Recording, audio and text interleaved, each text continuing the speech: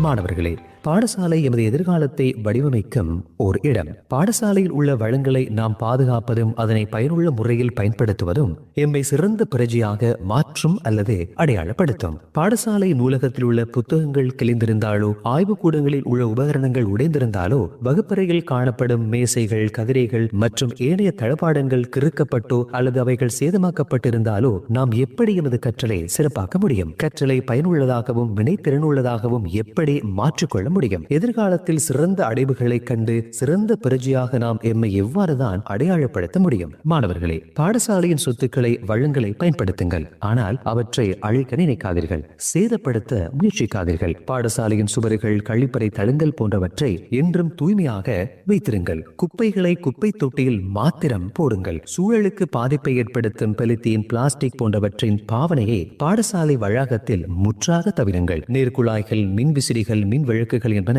உங்களுக்கானவை. அவற்றை பாதுகாப்பதும் பாவிப்பதும் உங்களது பொறுப்பு. யாரேனும் உங்களின் பாடசாலை சொத்துக்களுக்கு சேதம் விளைவித்தால் அவை பற்றி உடனடியாக அதிபரிடமோ ஆசிரியரிடமோ அறியப்படுத்துங்கள். பாடசாலையின் சூழலை நேசியுங்கள். அங்கே உள்ள அனைத்தும் உங்கள் எதிர்காலத்தின் விருட்சங்கள் என்பதை உணர்ந்து மிகவும் பொறுப்புள்ள மாணவர்களாக செயற்படுங்கள் என்ற செய்தியோடு